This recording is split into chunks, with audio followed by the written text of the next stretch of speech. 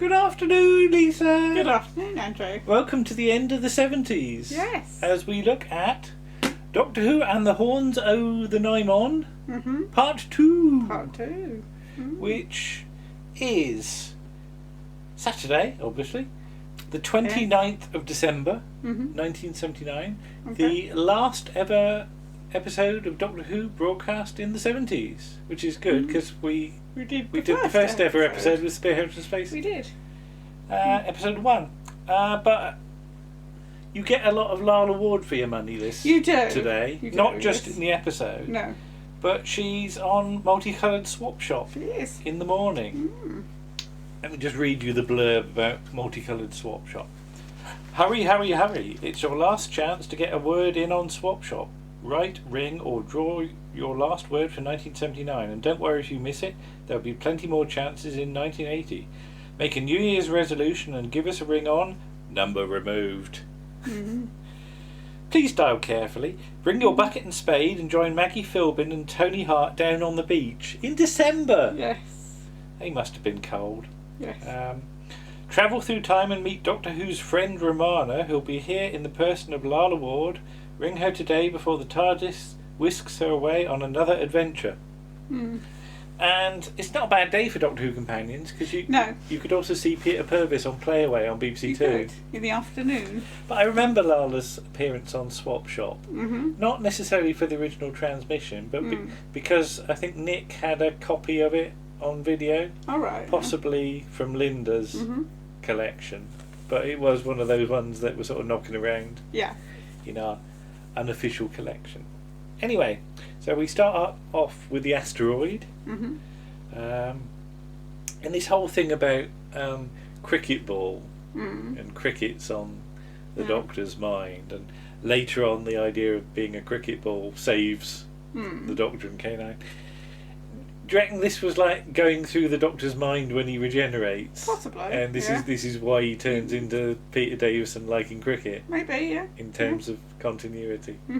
Just like the idea that It's sort of bubbling away. one of his last thoughts was the Horns of Nimon, which is why he turned into a cricketer.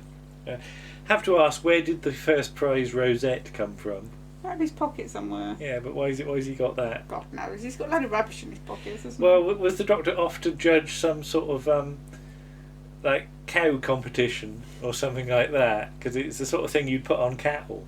he? Yeah. Just imagine the Doctor, going to have to judge a prize bull, and of course, Yeah. So it all joins up if you Yeah. start to think about it. Because he's president of the Intergalactic Floral Society. Or perhaps he had to. He's president of the Intergalactic Bovine Society or Maybe. something like that.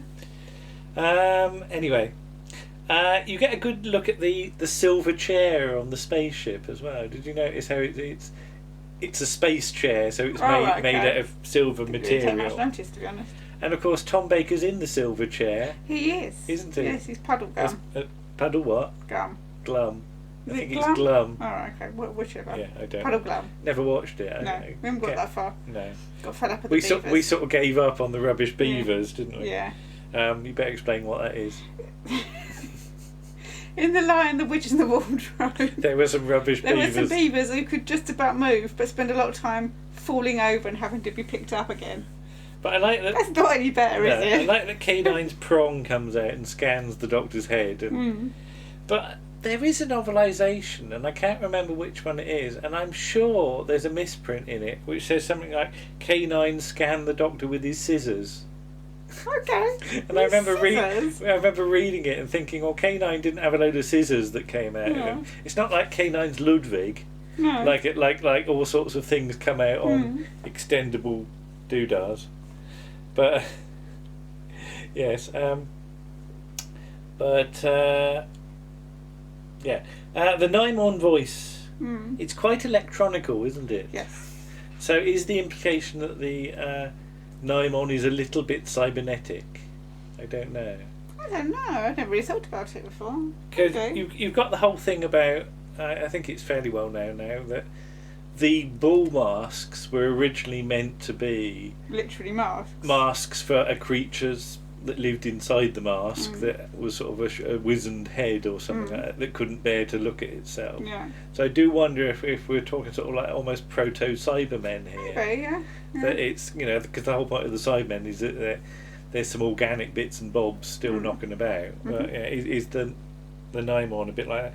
He does do some brilliant hand acting, doesn't he? Sort of. Yeah. So you can tell he's a dancer. Yes. Yes. Even though he's got dirty, great built-up shoes, hasn't he? Just imagine the Nimons doing clog dancing in their spare time. And when it's talking to Soldeed, I don't think I asked this last time, but everybody talks about Soldeed. But I said, is Soldeed his first name? Or Is it his last name? Or is it his only name? And it's that thing that you never really cover on alien planets about what the naming system is. So, I'm guessing it's his only name, because then you get Sorak as well, don't you? Well, it's that thing about, if you have a couple of names, are they similar? It's like on Gallifrey, your guards are sort of Hilred and Andred and things like that, as though they come from the same sort of society. Yeah, the same level of society. Yeah. When he comes out of the power complex, you've got those CSO drapes, and it does remind me of like the sort of thing you'd get in a corner shop or something like that. Oh, like the curtains in the cabin in like Coronation Street or something like that. Strips of plastic. Yeah, I always hated those. So they're meant to keep flies out, aren't they? And I don't know if they do. Or you get the beaded ones and you get caught up in them. Yeah, but in the 70s you had multicoloured ones, didn't you? They were all different. Yeah. Soldeed's ones are a bit sort of boring because they're all the same colour.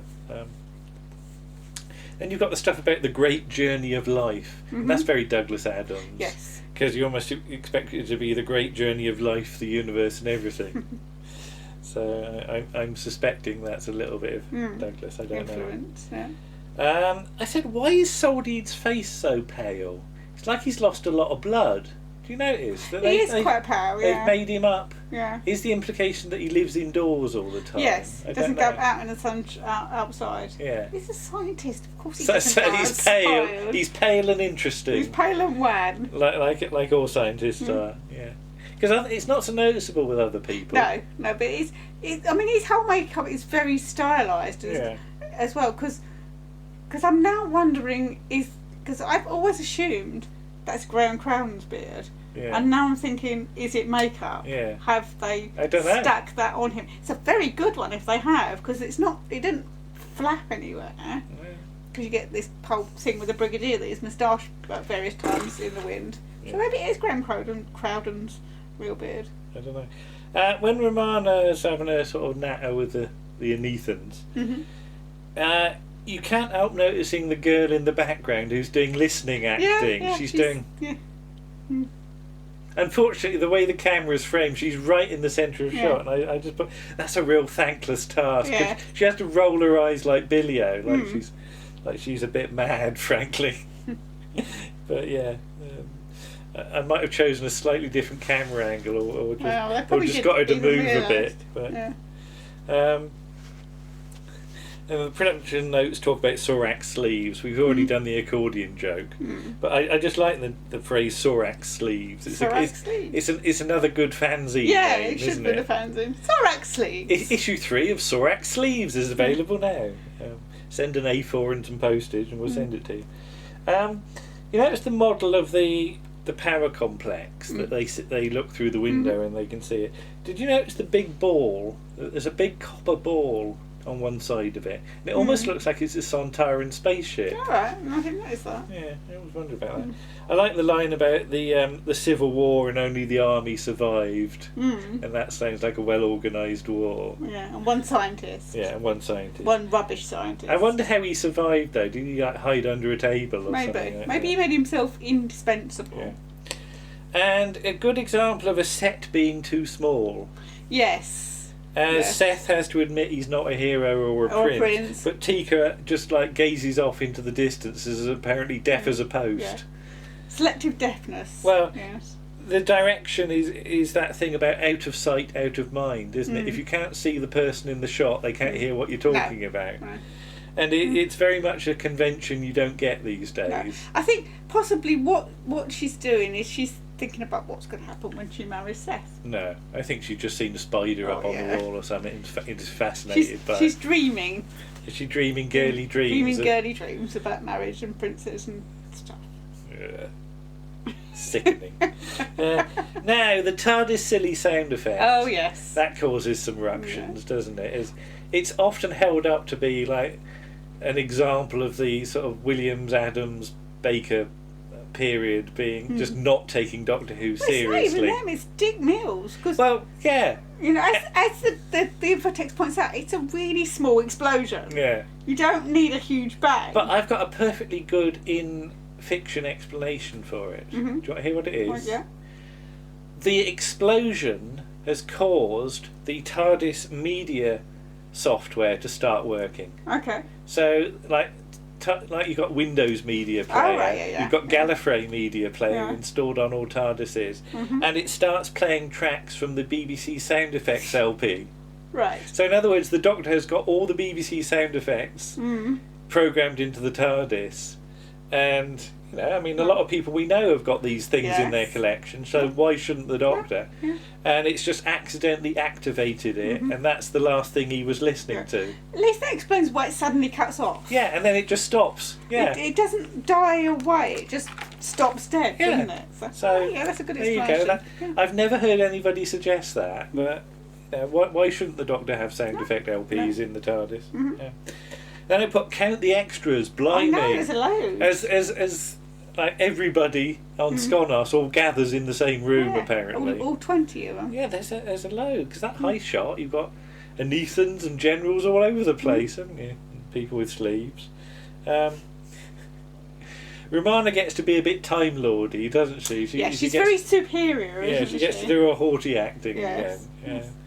Yeah. And yeah, she I think she makes a fairly decent impression, but you know, she's still bundled off. So well, the thing with Romana is she's not like the Doctor, because Soldi tells her to be quiet or he'll have her eliminated. Yeah. At which point the Doctor would have just started talking again. Whereas she very wisely chooses to shut up. At that point. Yeah. I like the thing about the pilot pronouncing Hymettusite as Hymettusite, as though he's like seen it written down but has never actually had to say the word. Yeah. But I've got some sympathy with that because of the word sulphur. Right. Oh, what, the way it's spelled? That being British, I've always brought up on spelling sulphur with a PH. Yeah. But sulphur in America, of course, is spelt with an F. And I'm always slightly snobby about the word sulphur, because sulphur with a PH I would say is sulphur. Sulphur with an F I would say is sulphur. I would actually pronounce it differently, just to point out that they're spelling it wrong. Sorry, everybody. But I used to do certificates of analysis when I worked for an American chemical company. And you had, occasionally, I had to do certificates of analysis for sulphur. And I would always spell it the British way. Okay. Even though the certificate of analysis software expected you to spell it with an F. The American way, yeah. And I go, no, you're wrong. And because somebody in America would then have to correct it. And I did it just to annoy them. It was my one sort of digging in my feet moment, and I didn't have to do many of them, but I always remember spelling sulphur the correct way in Britain to annoy people in America who were basically they were just being lazy by using one less letter. No, I'm putting the effort in. Right, okay. Right, anyway, let's move on. I'm sorry to any Americans that might be offended by that. I'm taking the pee out of myself, don't worry. Why do you fall into the shower curtain thing? I don't know, but is there a force that sucks you in? Well, yeah, because the co-pilot didn't do it very well, because you can see his legs. His legs don't get through. He's not moved far enough away. No, so he's just still sort of stepped back. But is there some sort of sucking force? Yes. That pulls you in. That's nice. If so, then if that does happen, Soldeed's going to need to come in with his feather duster around the entrance of the thing, because it's going to suck in a load of dust It's like when you've got like an air extraction unit. You get it all clogged up with dust, don't you? Okay. So he's going to have to get his tickling stick out from Ken Dodd and give it a once over every now and then. You've never thought I'd thought of that. I didn't think of that. No. Anyway, you've got the Gormless generals. Nimon, Skolos. Yeah, all at the wrong time. And a lot of the time, I don't know what on earth they're shouting. It could be anything. It could be rhubarb, dandelions, hamsters. It could be anything. They could be saying anything because they're all talking over each other. And yeah, if that was me, I would have made them stop and do it again. Do it properly. Can you do it properly? Can you do it? Put some effort in. Put some effort in. Can you do it all together? Count to 3 and say Skolos. But yeah, Skonos shall rule. Well, if they can't even do synchronised shouting, I don't hold out much hope for their empire. They're dangerous, really. When Romana and the Anethans go through the maze, they've got very noisy feet, haven't they? Yes. Yeah, it's the Anethans. They've got clunky shoes. Clunky shoes. Yeah, they've got heels. I mean, we noticed this because we watched the Adventure Game last night. And Leslie, Jad's got really noisy shoes. You can hear her coming. Click, click, click, click, click, click, click, click. The whole thing with the corridor walls changing is quite a nice idea, and I think it half comes off. But you have to pay close attention to notice it. There's no really significant shot of them changing. No, it's only been that you hear the noise. Yeah. And they look back and it's a different shot. I think it's one of those things that to get the camera angles would have taken up too much time. So it's easy just to imply it. And there is the klaxon. All these corridors look the same, which you'll hear a lot from Perry. Yes. Much later on. Graham Williams I remember him saying in an interview once about it got to the stage where you were having to almost write stories about the scenery. He'd said because you couldn't afford a set, so he was exaggerating, but you'd write a planet where the set was some black drapes, and then you'd have to explain that there was a special sort of light from the sun or something like that. Okay. I can't think of exactly what you're talking about, but he says that's the sort of process that went through your head because you were having to make compromises, especially towards the end of the season for money and things like that. You run out of money. Yeah. So. And of course, at this point, the budget for Horns of Nimon is not as much because they've got Sharda to do. Yeah. And Sharda's the big end of season finale. With the filming and everything. With the filming on location, and that's going to get quite a lot of money, isn't it? So so unfortunately, that's the thing, Nimon was never intended as the season finale. No. The aerial shot of the complex, it's meant to be like a printed circuit. Yeah, it's not obvious, is it? It's more like a couple of egg boxes turned upside down. Because we used to get free eggs off the farm, and they'd come in the 6-pack of eggs and I remember those sort of egg boxes with those bases that you put your eggs in. The force field being measured in megazones. Do you know what that made me think of? No. There's a Patrick Troughton interview in Doctor Who magazine where he says that when he used to watch Hartnell with his family, he remembers the mechanoids, or the megazones as we used to call them. Okay. That's what the Troughton family called the mechanoids. Okay. The TARDIS lands with that awful blue rotating police light that even as a kid I remember being annoyed by, thinking that light's wrong. Because I forget exactly what happens, but they have to cobble up a new light. Yeah. And I think it's in Nightmare of Eden. All right. Okay. I think it might be.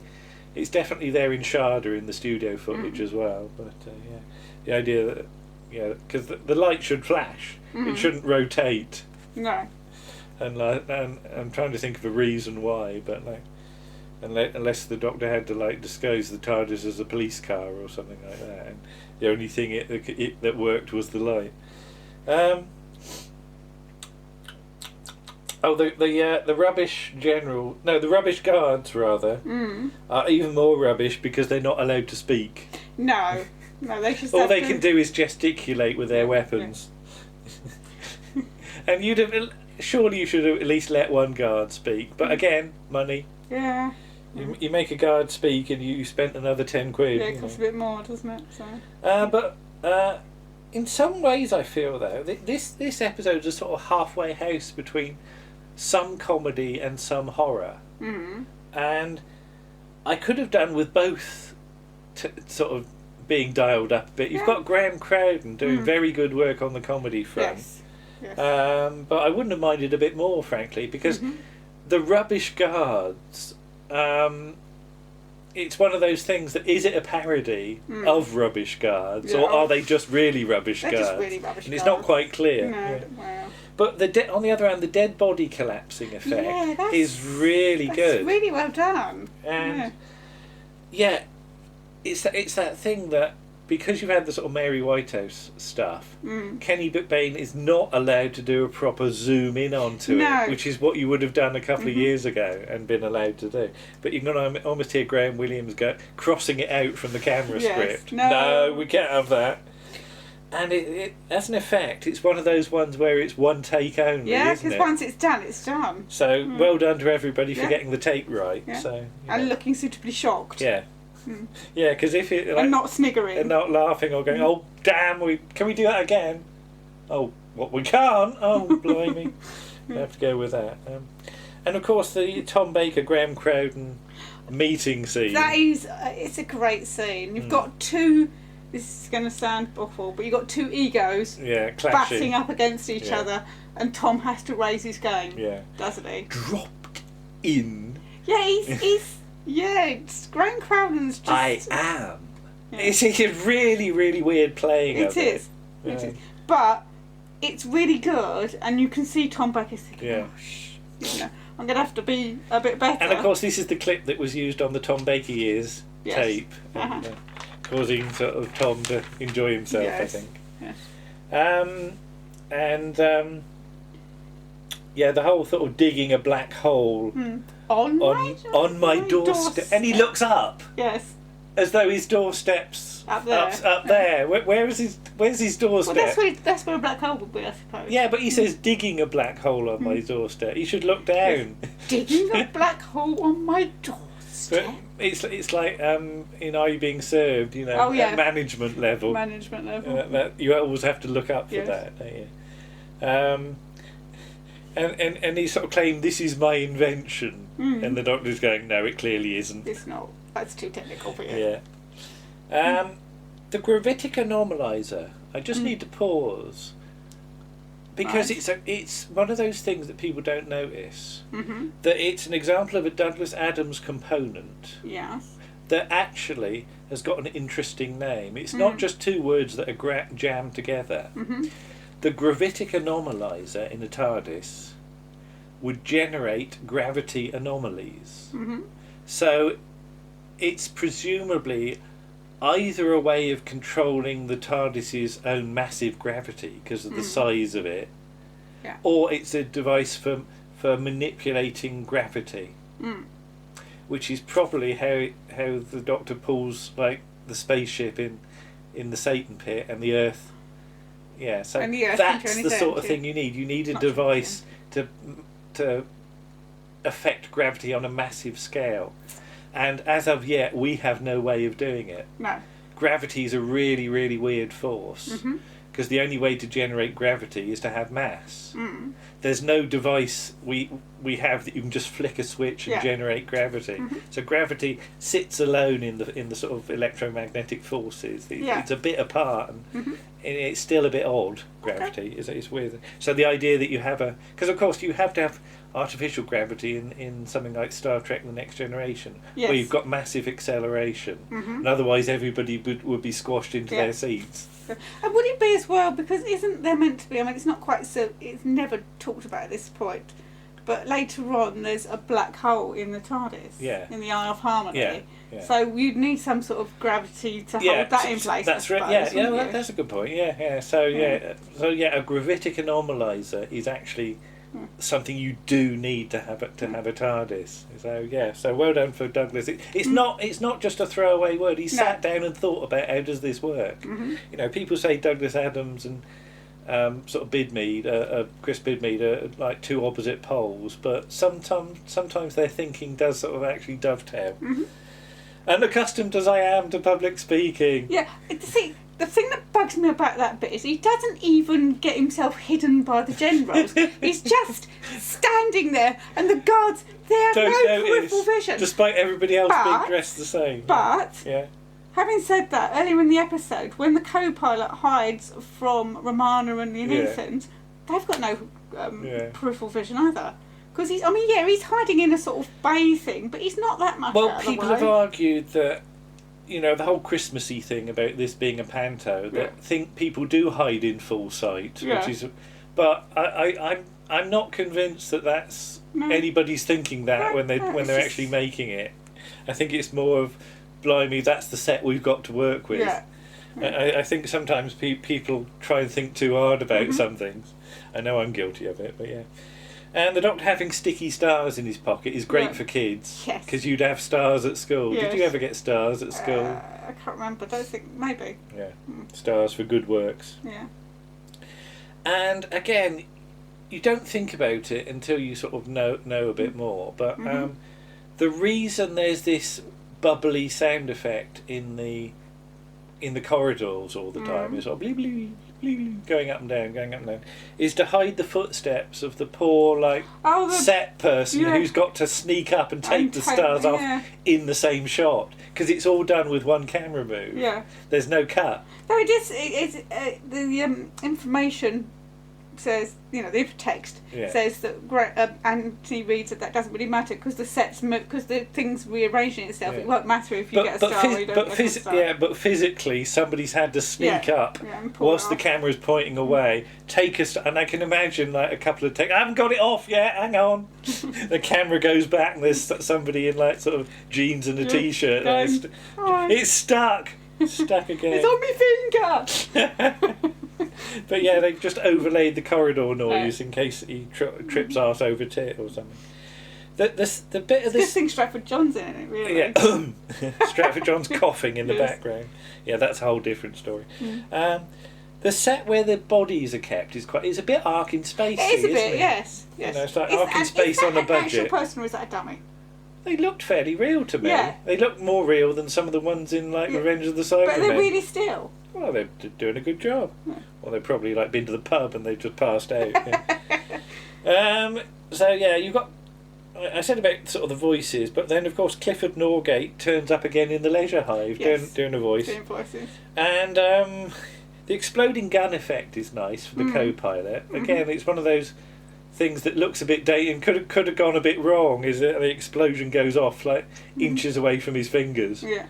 And I just put trousers. Yes. And once you see it, you can't unsee it. No. It's one of those things. It doesn't help. He's got white pants on. Yeah. If he'd had black pants on, it would be nowhere near as noticeable. But the fact he's got white pants on really shows it up. It's like day glow ones or something like. It's like pants, green glowing ones. Yeah. Do you reckon the co-pilot put on clean pants that morning when he got in his spaceship? Do you reckon his mum said to him, "Are you wearing clean pants? Are you wearing clean pants every day? In case you get shot by the Nimon." Yeah. And painful. Yeah, you get the cliffhanger, and I put end of episode acting from Romana as she shields the Anethans and sort of puts her chin in the air, and that's a very Doctor-ish close up, because that's just like Hartnell at the end of the War Machines, isn't it? As the War Machine comes in, the monster comes in, and our hero or heroine, pulls a bit. All of a she face. needs is like a pertwee kind of cloak to shield them with, isn't it? So.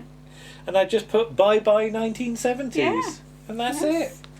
And it's been a funny old decade, the 70s, hasn't it? Yeah. But it's the 70s is why I'm a Doctor Who fan. It's one of the reasons I'm a Doctor Who. So is the 80s. That's a different story there.